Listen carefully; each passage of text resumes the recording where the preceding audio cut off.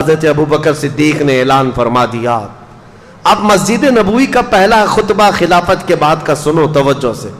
سیدنا ابو بکر صدیق رضی اللہ تعالیٰ عنہ فرماتے ہیں اے مسلمانوں اللہ سے ڈرو, کمزوروں پر ظلم نہ کرو اور نہ حق کسی کے ساتھ ظلم کا یا زیادتی کا معاملہ کبھی ہونے نہ پائے.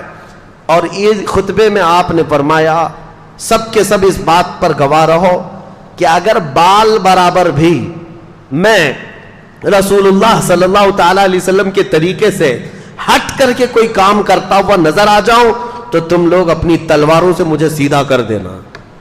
یہ وقت کا خلیفہ کہہ رہا ہے. حضرت ابو بکر صدیق نے فرمایا اگر میں بال برابر بھی ہٹ جاؤں تو تم اپنی تلواروں سے مجھے سیدھا کر دینا, اور اگر رسول اللہ صلی اللہ تعالیٰ علیہ وسلم کے بتائے ہوئے راستے پر ہی چل رہا ہوں تو تم میری بات کو قبول کر لینا. اور اس کے بعد مسجد نبوی شریف امامت کے لیے آگے بڑھتے ہیں. عزیزان گرامی وقار, آج بھی وہ مصلی امامت موجود ہے جہاں میرے آقا نے امامت فرمائی. وہ مسجد نبوی کا شروع کا حصہ, نبی پاک صلی اللہ تعالیٰ علیہ وسلم کا جو محراب ہے نا, آج بھی وہ مدینے میں ہے مسجد نبوی میں. وہ محراب ویسے ہی ہے. حضرت ابو بکر صدیق جیسے ہی آئے اس محراب کو آپ نے کیا کر دیا, بند کر دیا. جہاں رسول کریم صلی اللہ علیہ وسلم, جیسے یہ محراب ہے, اس محراب کو بند کر کے آپ نے دیوار چندی, ایک دیوار بنائی اور پیچھے آ گئے مصلی لے کر, پیچھے کی طرف آ گئے. لوگوں نے کہا وہ رسول اللہ کا محراب ہے, رسول کریم صلی اللہ تعالیٰ علیہ وسلم کا محراب ہے, آپ نے وہاں پر دیوار لگا دی اور آپ پیچھے مصلی لے کر کے آ گئے. اللہ اکبر, کمال عشق دیکھو. کہتے ہیں میں نہیں چاہتا کہ جہاں رسول اللہ کے قدم ہو میرے قدم ہو, بلکہ میں نے مصلی پیچھے اس لیے ہٹا لیا کہ جب میں سجدے میں جاؤں تو میرا سر وہاں ہو جہاں رسول اللہ کے قدم تھے. بخدا خدا کا یہی ہے در, نہیں اور کوئی مفر مکر, جو وہاں سے ہو یہیں آ کے ہو, جو یہاں نہیں تو وہاں نہیں. اعلیٰ حضرت نے جو فرمایا ہے, حضرت ابو بکر صدیق نے کہا کہ میرا سر وہاں لگے جہاں رسول اللہ کے قدم لگتے تھے, کیونکہ حضور پیچھے کھڑے ہوتے اور پیشانی حضور کی محراب کے اندر ہوتی. آپ نے وہ پیشانی کی جگہ حضور جہاں سجدہ کرتے تھے اس کو بند کر دیا, اس لیے کہ کبھی کسی اور کا پیر وہاں نہ پڑنے پائے جہاں رسول اللہ کی پیشانی لگی. یہ خلافت کا دور شروع ہوا تو آپ نے اعلان فرمایا اے لوگوں, صدیق اکبر رضی اللہ تعالیٰ عنہ فرماتے ہیں کہ اے لوگوں دیکھو مدینہ طیبہ میں آج جو حالات پیدا ہو چکے ہیں ان سب کے لیے فوری طور پر کوئی تدبیر اختیار کرنا ضروری ہے. کیا کیا حالات تھے, چیلنجز میں آپ کے سامنے رکھتا ہوں, آپ خود محسوس کر لیں گے کتنا ڈیفیکلٹ تھا ڈیسیزن لینا. زکوٰۃ کے منکرین پیدا ہو گئے, وہ بھی سینکڑوں کی تعداد میں, کہتے ہیں زکوٰۃ ہم نہیں دیں گے. اچھا, ایک مسئلہ یہ تھا, حضور نے اپنی وفات کے چند دن پہلے ہی حضرت اسامہ بن زید, حضور صلی اللہ تعالیٰ علیہ وسلم کے منہ بولے بیٹے حضرت زید جو جنگ موطا میں شہید ہوئے, ابھی جمعہ کے بیان میں نے عرض کیا تھا, حضور صلی اللہ علیہ وسلم نے اپنا جھنڈا دے کر بھیجا تھا. موطا جارڈن کا ایک علاقہ ہے. یہ جنگ کیوں ہوئی تھی یہ بھی میں نے بتایا ہے. حضور صلی اللہ تعالیٰ علیہ وسلم کے قاصد صحابی حارث بن عمیر یہ روم کے بادشاہ کے پاس خط لے کر کے جا رہے تھے. بیچ میں بلقا کا ایک بادشاہ شرحبیل جس کا نام تھا, اس نے گرفتار کر کے حضور کے اس صحابی کو رسیوں میں باندھ کر ٹکڑے کر کے قتل کیا.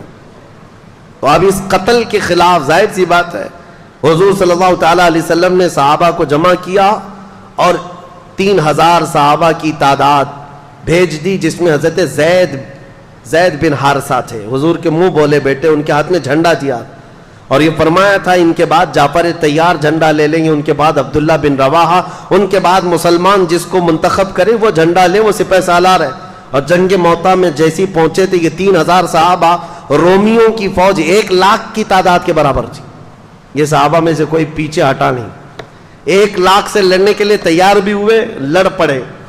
اور اس کے بعد حضرت زید بن حارثہ شہید ہو گئے, حضور کے منہ بولے بیٹے اس جنگ میں شہید ہوئے, پہلے شہید. اس کے بعد حضرت جعفر طیار جو حضرت علی کے سگے بھائی ہیں ان کو رومیوں نے پیٹ سے بیچ میں کاٹ کر 2 ٹکڑے کر دیے تھے, وہ شہید ہوئے. تیسرے حضرت عبداللہ بن رواحہ, یہ بھی شہید ہوئے. حالات بہت سخت تھے جنگ موتا میں. تب سارے صحابہ نے مل کر کے جھنڈا کس کے ہاتھ میں پکڑایا؟ خالد بن ولید کے ہاتھ میں. یہ جنگ تھی پہلی خالد بن ولید کی. اس جنگ موتا میں 9 تلواریں ان کے ہاتھ سے ٹوٹی, اور اس کے بعد انہوں نے جھنڈا گرنے نہیں دیا تھا. 3000 کی فوج کو لے کر 1 لاکھ سے لڑتے تھے, ایسے لڑتے تھے, صفوں کی صفیں درہم برہم کرتے تھے. شام سے پہلے رومیوں کی طرف سے اعلان ہوا کہ خالد بن ولید ایسا ہو گیا ہے کہ یہ بدکے ہوئے گھوڑے کی طرح صفیں درہم برہم کر رہا ہے, تم سب کے سب پیچھے ہٹ جاؤ اور ان کو جانے دے دو. رومی فوج پوری کی پوری پیچھے ہٹ گئی, اور جتنے مرے اس میں سے وہ چھوڑ کر پوری جنگ میں صرف 8 مسلمان شہید ہوئے تھے. 1 لاکھ لوگوں نے مل کر 3000 کا مقابلہ کیا اور 8 شہید ہوئے تھے. حضرت خالد بن ولید یہ پہلی فتح کر کے واپس لوٹ رہے تھے. جنگ موتا, یہ جنگ موتا 8 ہجری میں ہوئی ہے حضور کے. اس جنگ میں جو شہید ہوئے حضرت زید, ان کا غم تھا حضور کو. ان کے بیٹے اسامہ 19 سال کے جوان تھے. حضور صلی اللہ تعالی علیہ وسلم نے حضرت اسامہ کو سپہ سالار بنایا اور کہا رومیوں کو پھر سے ادھیڑنے کے لیے, ان کو اکھیڑنے کے لیے ایک فوج بھیجی جس میں 10,000 صحابہ جمع تھے. حضرت اسامہ بن زید کو مدینے سے روانہ کر دیا. اسامہ بن زید مدینے سے نکلے ہی تھے کہ حضور کی وفات ہو گئی. حضور کی وفات ہوتی اسامہ بن زید اور یہ پوری فوج ظاہر سی بات ہے مدینے واپس آ گئی. اب مسئلہ یہ تھا کہ حضور کی وفات کے بعد خلافت بھی قائم ہو گئی, حضرت ابوبکر خلیفہ بن گئے. اب کیا کرنا ہے؟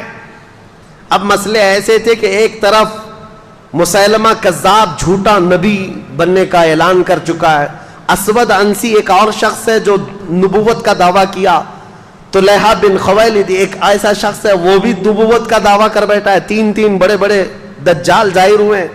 ایک طرف زکوٰۃ نہ دینے کی ایک جماعت پیدا ہو گئی, مرتد ہو گئے, اور ایک طرف اسامہ بن زید کی یہ 10,000 کی فوج جو روم جا رہی تھی لڑنے کے لیے. کیا کیا فیصلے لینے ہیں؟ حضرت ابوبکر صدیق اٹھتے ہیں, سیدھے اسامہ بن زید کو کہتے ہیں جو فوج تمہارے ساتھ جانے والی تھی سب کو تیار کرو. اور اس کے بعد اسامہ بن زید کو گھوڑے پر بٹھایا. یہ فوج وہیں جائے گی جہاں رسول اللہ نے بھیجا تھا.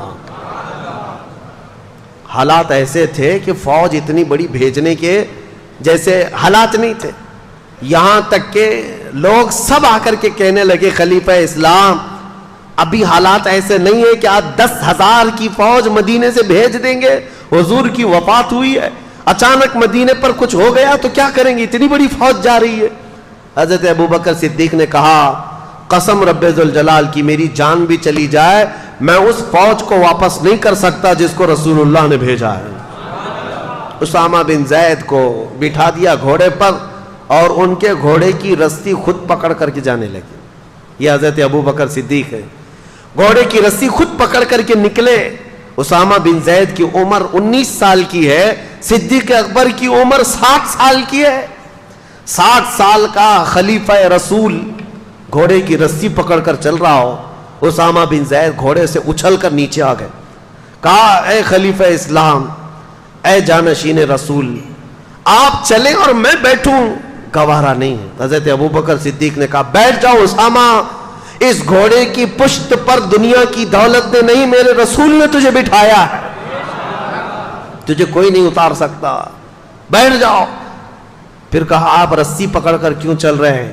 کہا خلافت کی ذمہ داریاں ایسی آ گئیں کہ مدینے کی سیکیورٹی بھی ہے, ان دجالوں سے مقابلہ بھی ہے, منکرین زکوٰۃ سے بھی لڑنا ہے. خواہش تو میری یہ تھی کہ تمہاری فوج میں بھی شریک ہو جاتا, میں بھی چلا جاتا, رسول اللہ نے بھیجا ہے, لیکن خلافت کی ذمہ داریوں کی وجہ سے میں تمہارے ساتھ جنگ پر جا نہیں سکتا. میں کم از کم تمہاری رسی پکڑ کر مدینے سے باہر تک تو جا سکتا ہوں تاکہ کل قیامت کے دن ان مجاہدین کا نام پکارا جائے تو گھوڑے کی رسی پکڑنے والوں میں میرا بھی نام آ جائے. عزیزان گرامی, نیکی چھوٹی ہو کہ بڑی ہو, ابوبکر صدیق چھوڑتے نہیں تھے.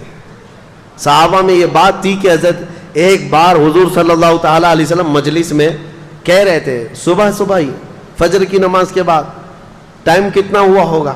حضور نے اعلان کیا کوئی ہے جس میں آج کسی بیمار کی عیادت کر کے آیا ہو؟ صحابہ کی جماعت، حضرت ابوبکر کھڑے ہوئے، کہا میں عیادت کر کے آیا ہوں۔ تھوڑی دیر کے بعد حضور صلی اللہ تعالیٰ علیہ وسلم نے پھر دوسرا سوال فرمایا کوئی ہے جو آج ایک غلام آزاد کر کے آیا ہو؟ حضرت ابوبکر کھڑے ہو گئے۔ پھر حضور صلی اللہ تعالیٰ علیہ وسلم نے اعلان فرمایا کوئی ہے جو آج کسی غریب کو کھانا کھلا کر کے آیا ہو؟ پھر حضرت ابوبکر کھڑے ہوئے، کہا میں کر کے آیا ہوں۔ جتنی مرتبہ حضور جس نیکی کے بارے میں پوچھتے ہیں وہ مسجد میں خود ہی کھڑے ہوتے ہیں کہ یا رسول اللہ میں کر کے آیا ہوں۔ اور یہ کب؟ فجر کی نماز میں۔ بعد میں رسول کریم صلی اللہ تعالیٰ علیہ وسلم نے یہ اعلان فرمایا اس مجلس میں کہ گروہ صحابہ سنو، جنت کے 8 دروازے ہیں، مسلمان الگ الگ دروازوں سے جنت میں جا رہے ہوں گے، لیکن جنت کا ہر دروازہ ابوبکر کو اپنی طرف پکار رہا ہوگا، ہر دروازہ اپنی طرف پکار رہا ہوگا کہ تم اس میں سے آ جاؤ، تم اس میں سے آ جاؤ۔ ابوبکر صدیق کی نیکیاں، وہ چھوٹی نیکی بھی چھوڑتے نہیں تھے۔ اسامہ بن زید کو روانہ کیا۔ اب ذہن حاضر رکھو، آپ سچویشن کیسی ہے میں خود پڑھ کر کے حیران ہوں۔ اس کے بعد حضرت خالد بن ولید کو بلایا، حضرت شرحبیل حسنہ ایک اور صحابی ہیں، ان کو بلایا، اور تقریباً اس میں بھی 2000 یا 3000 صحابہ کو جمع کیا اور کہا جاؤ اس مسیلمہ کذاب کا مقابلہ کرنا ہے جو جھوٹا نبی بنا ہوا ہے۔ یہ گئے جھوٹے نبی کے مقابلے کے لیے، جب گئے تھے لوگ، اس وقت حضرت خالد بن ولید اپنی ایک چھوٹی سی جماعت لے کر کے الگ اسود انسی اور طلحہ بن خویلد جو 2 اور جھوٹے نبی تھے، کہا میں ان کا کام پہلے کر کے آتا ہوں۔ حضرت خالد بن ولید گئے، ان کے مقابل میں کون کھڑا ہوتا؟ اسود انسی کو، طلحہ بن خویلد کے جتنے ہواری مواری تھے سب کو مار ڈالا، اور وہ ڈر کے مارے جھوٹا نبی ملک شام بھاگ گیا، اور روایت میں ہے کہ بعد میں مسلمان بھی ہو گیا، چھوڑ دیا۔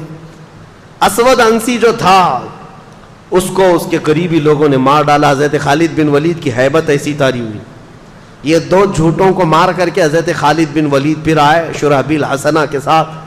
یہ 3000 صحابہ کی جماعت تھی، لیکن جیسے ہی گئے یہ مسیلمہ کذاب 30,000 لوگوں کو جمع کر چکا تھا۔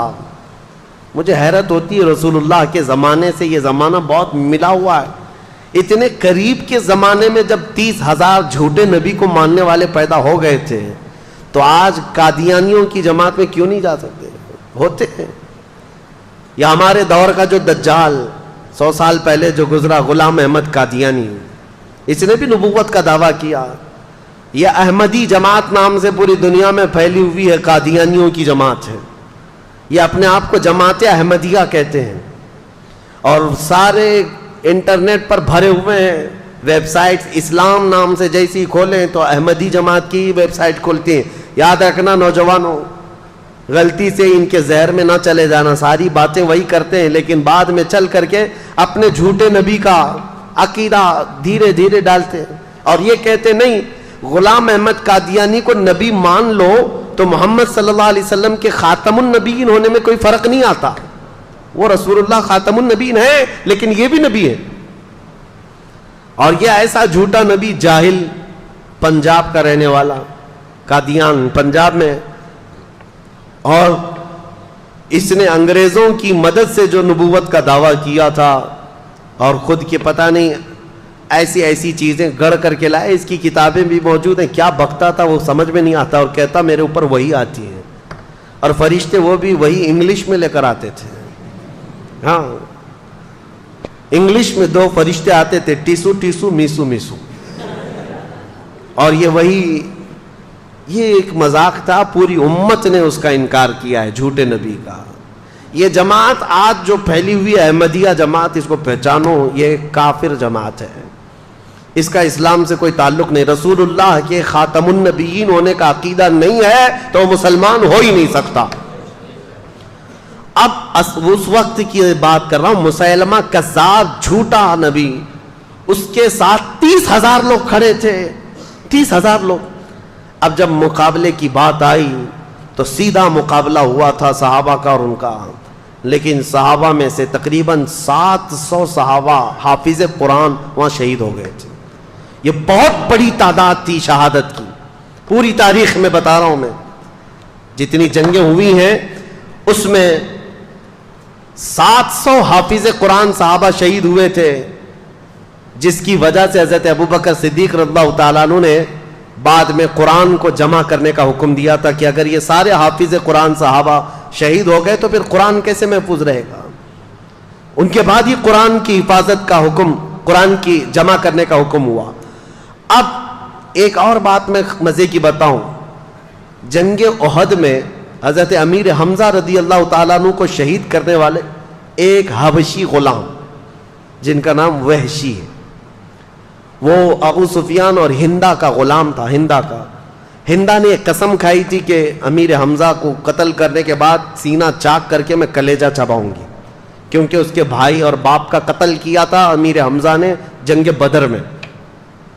تو امیر حمزہ کو قتل کرنے والا وحشی, نام ہی وحشی تھا لیکن کالے قسم کے حبشی, امیر حمزہ کو نیزہ مار کر کے شہید کیا تھا. بہت تیر انداز, ایسا نشانہ لگانے میں ماہر, ایسا نشانہ کہ بہت دور سے اگر وہ ایک باریک سی چیز کو بھی رکھ دیا جائے تو اپنے نیزے سے نشانے پر لگا دیتے. تو امیر حمزہ اس کے نیزے سے شہید ہوئے. لیکن حیرت کی بات یہ ہے کہ وہ وحشی بعد میں اسلام میں داخل ہوئے اور رسول اللہ کے صحابی بھی بنے. میرے آقا نے بہتوں کو معاف کیا ہے, بہتوں کو معاف کیا ہے. لیکن یہ وحشی, اب ہم انہیں حضرت وحشی کہتے ہیں, ہمیشہ اس غم میں رہتے تھے کہ میں نے رسول اللہ کے چچا کو قتل کیا ہے, رسول اللہ کے قریبی چچا اور سپہ سالار اسلام بطل جلیل اللہ کے شیر کو میں نے قتل کیا. اپنے آپ میں وہ غمگین رہتے تھے کہ میں نے کیسے کو قتل کیا, اس کا کفارہ انہیں ادا کرنا تھا. پھر جیسے ہی حضرت خالد بن ولید کا یہ لشکر نکلا تھا مسیلمہ کذاب کو مارنے کے لیے, اور جنگ بہت سخت ہو گئی تھی, 700 صحابہ شہید ہو گئے تھے, اس وقت جانتے ہیں سب سے اہم کردار ادا کیا تھا یہ حضرت وحشی نے. نشانہ باز کی ضرورت تھی. مسیلمہ کذاب چھپ چھپ کر کے بیٹھتا تھا, اس کے اطراف لوگوں کی بھیڑ ہوتی, چھپتا تھا. یہ حضرت وحشی نے جو نیزہ حضرت امیر حمزہ کو مارا تھا نشانے سے, اس جنگ کے میدان میں بڑی دور سے نیزہ چلایا تھا تو سیدھے مسیلمہ کذاب کی پیشانی میں گھس گیا. وہ جھوٹا نبی ایک ہی دم میں مر گیا, نیچے زمین پر آ گیا. وہ حضرت وحشی کہتے تھے میں نے یہ کفارہ ادا کر لیا.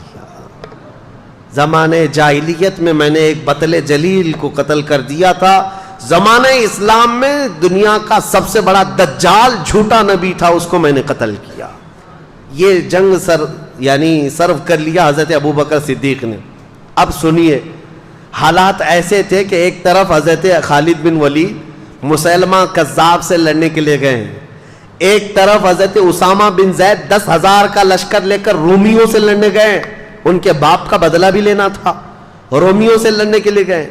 اور تیسری طرف زکوٰۃ کے منکرین جو تھے وہ کہہ رہے تھے ہم زکوٰۃ نہیں دیں گے. حضرت ابوبکر صدیق سارے صحابہ جو موجود تھے, اکثر تو جا چکے 2 جنگوں میں بلکہ کئی جنگوں میں, خود حضرت ابوبکر موجود ہیں اور کچھ صحابہ تھے, کہا کہ اٹھو وہ زکوٰۃ کے جو منکرین ہیں ان سے ہم جا کر لڑیں گے. حضرت عمر نے کہا کیا پورا مدینہ خالی کر دو گے آپ؟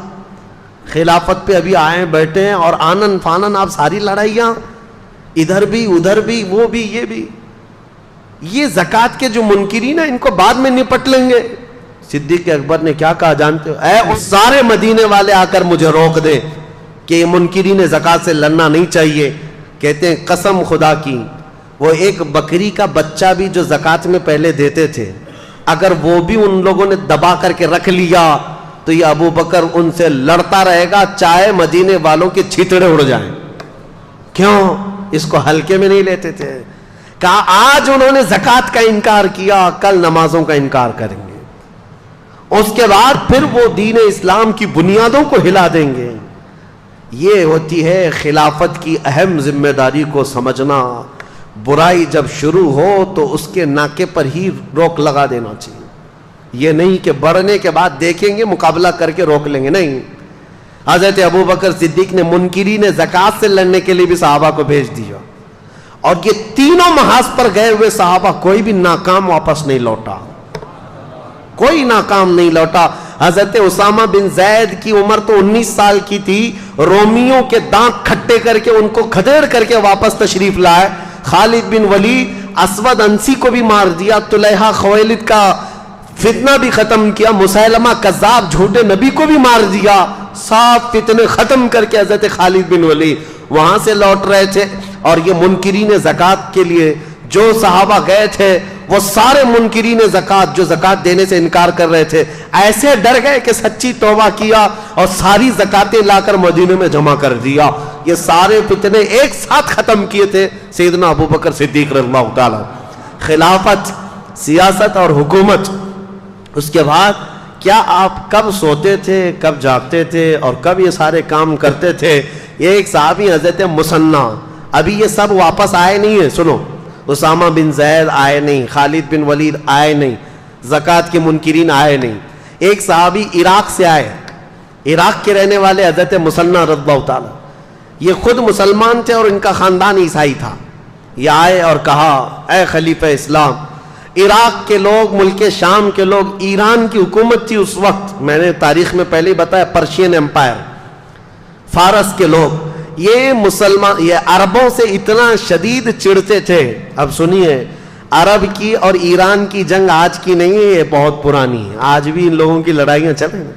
ایرانی عربوں کو نہیں مانتے، عرب ایرانیوں کو نہیں مانتے، یہ بہت پرانی ان کی شقاوت ہے، آپس میں دشمنی ہے۔ ایران کا جو بادشاہ تھا کسرا اس وقت، خسرو پرویز، یزدگرد اور پھر جو ہے بزرج مہر، یہ سب وہ بادشاہ ہیں ایران کے جو کسرا کہلاتے تھے۔ یہ کوئی عرب آدمی ان کے ہاں نظر آتا تو اس کے کندھے کاٹ دیتے تھے، عربوں سے اتنی نفرت کرتے تھے، اور عرب لوگ بھی ان سے نفرت کرتے تھے، ایرانیوں کو برداشت نہیں کرتے تھے۔ کبھی کبھار ایرانی جو ہے حکومت کرتے کرتے یمن تک آ گئے، حجاز مدینے تک بھی آ گئے تھے، عرب لوگوں کی ان کے ساتھ جنگیں چلتی ہی رہی ہیں۔ اب جب اسلام آیا اور اس کا رعب و دبدبہ قائم ہوا تو جانتے ہیں رسول اللہ کا خط لے کر کے ایک صحابی گئے تھے خسرو پرویز بادشاہ کے پاس، اس نے رسول اللہ کا خط پھاڑ کر پھینک دیا تھا، اور جو قاصد صحابی آئے تھے ان کا قتل کر دیا تھا، اور کہا غلام مجھے حکم دیتے ہیں اسلام میں آؤ۔ عربوں کو غلام سمجھتے تھے، حقیر سمجھتے تھے عربوں کو۔ ایرانیوں کی فطرت یہ بہت پرانی ہے، اب تو مسلمان ہوئے ہیں، بہت زمانہ ہو گیا ہے، لیکن وہ جو ایرانی تھے آگ پرست، آتش پرست، آگ کی پوجا کرنے والے، وہ عربوں سے شدید اختلاف رکھتے تھے۔ اور حضور صلی اللہ تعالیٰ علیہ وسلم نے فرمایا بھی تھا اس بادشاہ کے بارے میں، جس نے میرا خط پھاڑا اللہ اس کی سلطنت کو پھاڑ دے گا، حضور کی زبان سے نکلا تھا۔ اب حضرت ابو بکر صدیق کی خلافت کا دور ہے، ایرانیوں کا بھی دبدبہ ہے۔ ایران جو ہے یہ اتنا ہی نہیں تھا جو آج ہے، وہ فارس جو ہے اس میں عراق بھی آتا، ملک شام بھی آتا، پھر ایک روم ہے، رومن امپائر جو ٹرکی تھا اس زمانے میں، قسطنطنیہ جو استنبول شہر ہے آج، یہ روم کا دارالخلافہ تھا، کیپٹل سٹی تھی، راجدھانی تھی، وہاں سے سارے رومی حکومت کرتے تھے۔ روم کے اندر تقریباً 40-50 آج کی کنٹریاں آتی تھیں اس زمانے، تو ایک طرف وہ تھے ایک طرف یہ تھے۔ تو حضرت مثنیٰ جو عراق کے تھے وہ آ کر حضرت ابو بکر کے پاس اتنا کہنے لگ گئے کہ عراق میں ہم چاہتے ہیں کہ اسلام لے کر کے جائیں، وہاں ایرانیوں کا بڑا دبدبہ ہے، آپ کیا فرماتے ہیں؟ حضرت ابو بکر نے پوچھا، سارے صحابہ جو جنگوں پہ جا چکے ہیں اب ایک طرف آئے اور کہہ رہے ہیں عراق جانا ہے، کہا پہلے جاؤ تم اپنے خاندان کو مسلمان کرو۔ وہ گئے، ان کا خاندان ان کی تبلیغ پر پورا اسلام لایا۔ حضرت ابو بکر صدیق صرف حضرت مثنیٰ کے خاندان کو اور چند صحابہ کو کہتے ہیں جاؤ عراق پہنچو، اور اگر ایران کے بادشاہ کا کوئی وزیر جو وہاں پر تھا، وہاں پر جو موجود تھا، اس نے اگر مقابلہ کیا تو تم ان کے ساتھ جنگ کرنا۔ یہ حضرت ابو بکر صدیق کی غیرت ایمانی دیکھو، جذبہ تو دیکھو، ایک خاندان اور تھوڑے صحابہ کو ایران جیسی حکومت کے کسی وزیر سے لڑنے کے لیے بھیج دیے، اور وہ صحابی بھی ہیں، ایسا نہیں کہہ رہے ہیں کہاں بھیج رہے ہیں آپ، وہ بھی ایمان کامل کے ساتھ چل پڑے۔ بیچ راستے میں تھے حضرت خالد بن ولید، یہ مسیلمہ کذاب کو قتل کر کے آ رہے تھے، حضرت ابو بکر نے یہیں سے خط لکھ دیا خالد بن ولید کو کہ مدینے مت آنا، جتنے صحابہ تمہارے ساتھ بچے ہیں ان سب کو لے کر کے عراق کی فتح کرنے چلے جانا۔ مدینے آنے تک بھی نہیں دیا۔ حضرت خالد بن ولید خط کو چومتے ہیں اور وہیں سے عراق چل پڑتے ہیں۔ ان میں سے کوئی ایک نے بھی یہ نہیں کہا گھر جائیں گے آرام کریں گے۔ حضرت خالد بن ولید اپنے صحابہ جتنے تھے بچے ہوئے ان کو لے کر حضرت مثنیٰ کے ساتھ جمع ہو گئے اور عراق کی طرف چل پڑے۔ اللہ اکبر۔ میں اب یہ ساری چیزیں بیان بھی نہیں کر پاؤں گا، اتنی فتوحات حضرت خالد بن ولید کی ہیں، نام یاد نہیں رہ جاتے۔ جاتے ساتھ آپ نے عراق کی سرحد پر داخلہ کیا، اور جو وہاں کا باج گزار تھا، جو بادشاہ بنا ہوا عراق کا تھا، وہ ایران کا باج گزار، ایران کا وزیر تھا، وہ بھی کٹر آتش پرست۔ اس کو سیدھے حضرت خالد بن ولید نے یہ پیغام بھیجا، اسلام لاؤ، امن کے ساتھ رہو، یا تو پھر ہمیں ٹیکس دو، یا ہماری حکومت کو تسلیم کرو، یا ہمارے ساتھ جنگ کرو، اس لیے کہ تم نے ہمارے عربوں کو بہت مارا ہے، مسلمانوں کو بہت مارتے ہو۔ جیسے حضرت خالد بن ولید کا یہ خط پہنچا تو عراق کا جو باج گزار تھا وہ حیرت میں آیا، کہا مسلمانوں کی اتنی ہمت کہ یہاں تک آ گئے۔ اور اس نے ایران کے بادشاہ کو خط لکھ کر کے بھیجا کہ ایک لشکر آیا ہے مسلمانوں کا۔ خط تو بھیجا لیکن خود اپنی فوج لے کر لڑنے کے لیے آ گیا دریائے فرات کے قریب، اور حضرت خالد بن ولید نے اپنے صحابہ کو اتارا میدان میں۔ 2 دن کی جنگ چلی تھی کہ اس وزیر کو ہی قتل کر ڈالا۔ علاقہ پورا پرچم اسلام سے لہرایا۔ یہ پہلا دخول تھا حضرت خالد بن ولید کا عراق میں، اور اس کے بعد جیسے جیسے آگے گزرتے گئے، خسرو پرویز جو بادشاہ تھا ایران کا، اسے خبر ملی کہ عراق میں لوگ داخل ہو گئے، میرے وزیر کو مار بھی ڈالا، تو اپنے 2 مشہور وزیروں کو اس نے طلب کیا جن کو اس زمانے کی آگ کہا جاتا تھا، ان کے ساتھ اس خسرو پرویز نے 1 لاکھ کی فوج دے کر بھیجا کہ یہ خالد بن ولید کا معرکہ سر کراؤ۔ اب یہاں حضرت خالد بن ولید کے انٹرنس کو روکنے کے لیے ایران کی بہت بڑی فوج آئی تھی۔ حضرت خالد بن ولید صرف طاقت اور یہ تلوار کے جوہر سے نہیں، اپنی حکمت سے جیتتے تھے۔ وہ ایسی حکمت اپناتے تھے جنگوں میں، صحابہ کی ٹکڑیاں کہاں چھپاتے کسی کو پتہ بھی نہیں چلتا، ہر ایک کو تازہ دم میدان میں اتارتے تھے، ہر ایک کو جوہر کے ساتھ اتارتے۔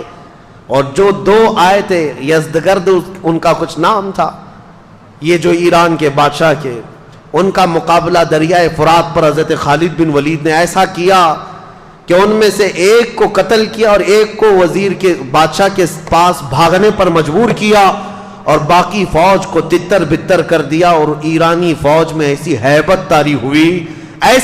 طاری ہوئی کہ وہ بدکے ہوئے گھوڑوں کی طرح بھاگتے تھے اور کہتے تھے جنات آ گئے ہمارے ہاں، جنات آ گئے۔